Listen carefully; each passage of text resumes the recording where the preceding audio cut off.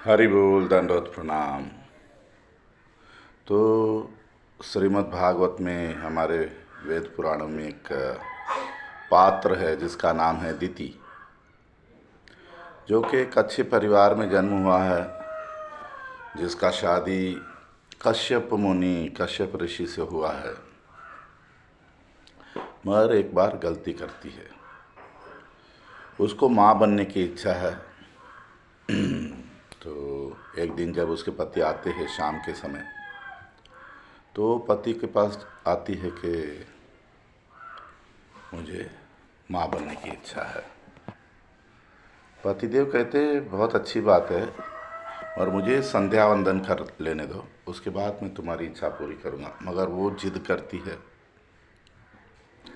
संध्या वंदन यानी अनेक बोलते हैं, गायत्री करना दिन में 3 बार होता है। तो शाम का संध्या इनका बाकी था, शिव का समय है। सुबह में ब्रह्मा, दोपहर में भगवान।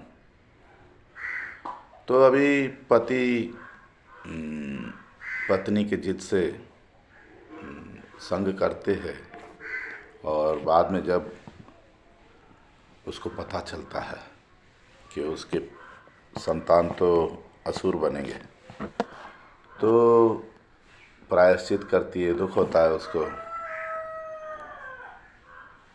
कि उसकी संतान असुर होंगे। अपनी गलती को स्वीकार करती है। देखो, कुछ लोग है बोलते हैं आलू और प्याज में क्या फ़र्क है।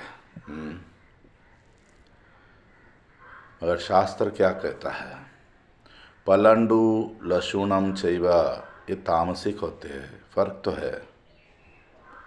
जैसे एक स्त्री है, किसी की पत्नी है, किसी की बहन है, तो हमें व्यवहार शास्त्र जैसा बोला ऐसा करना पड़ेगा। ऐसा नहीं कि स्त्री है तो कुछ भी करो, नहीं, एक बहन है भाई, ये बहन है, किसी और की पत्नी हो सकती है। ऐसे ही शास्त्र में एक एक चीज़ का बोला है, समझने का। खाली तर्क करने से कुछ नहीं होगा। तो हमें दीति को देखकर हमें भी कुछ सीखना है। शास्त्र कहता है, चतुरिमानी कर्मणि संध्यायाम परिव्रजेत, आहारम मैथुनम निद्राम स्वाध्यायम च चतुर्थम। 4 चीज़ें हमको संध्या के समय नहीं करनी चाहिए। संध्या 3 होता है, फिर से बोल रहा हूँ। सुबह में ब्रह्मा मुहूर्त कहते हैं हम, सूर्य उदय होने से समझो 2 घंटा पहले, पौने 2 घंटा। दोपहर में 11:30 से 1, शाम को सूर्यास्त होने के बाद 2 घंटा। इस समय में 4 चीज़ नहीं करनी चाहिए। आहारम, खाना, मैथुनम, स्त्री पुरुष का मिलन, सोना, स्लीपिंग, और शास्त्र पढ़ना।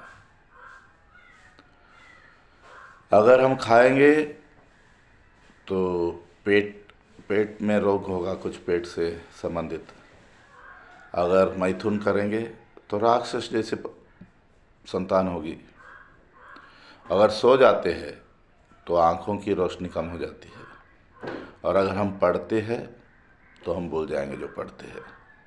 तो ये 4 नहीं करना चाहिए। ये 4 समय है प्रार्थना करने का, कीर्तन करने का, हरि नाम करने का।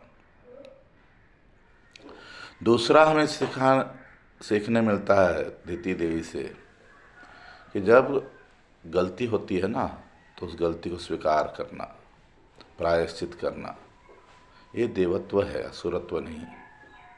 हमारी गलतियां दूसरों पे डालना, या दूसरों की गलतियां बताना, या अपनी गलतियों को ही अपने गुण जैसे बात करना कि मैं तो ऐसा ही हूँ, ये सब गलत चीज़ें हैं। या कोई कारण बताना मैंने ऐसे क्यों किया, ये नहीं। गलती किया, गलती को स्वीकार करो।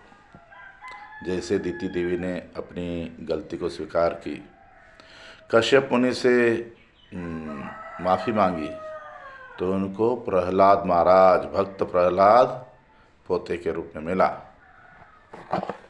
हरि बोल, दंडवत प्रणाम।